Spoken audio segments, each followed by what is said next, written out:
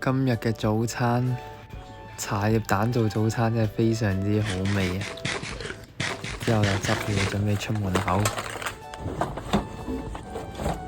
媽咪俾咗條蕉我食，食完就種返條香蕉樹出嚟啦。返到地盤又係打漿先啦。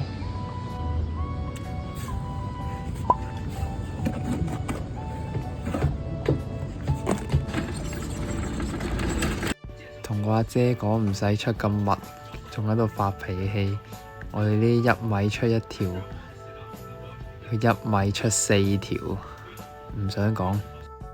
咁暫時係咁樣啦，去食飯先準備。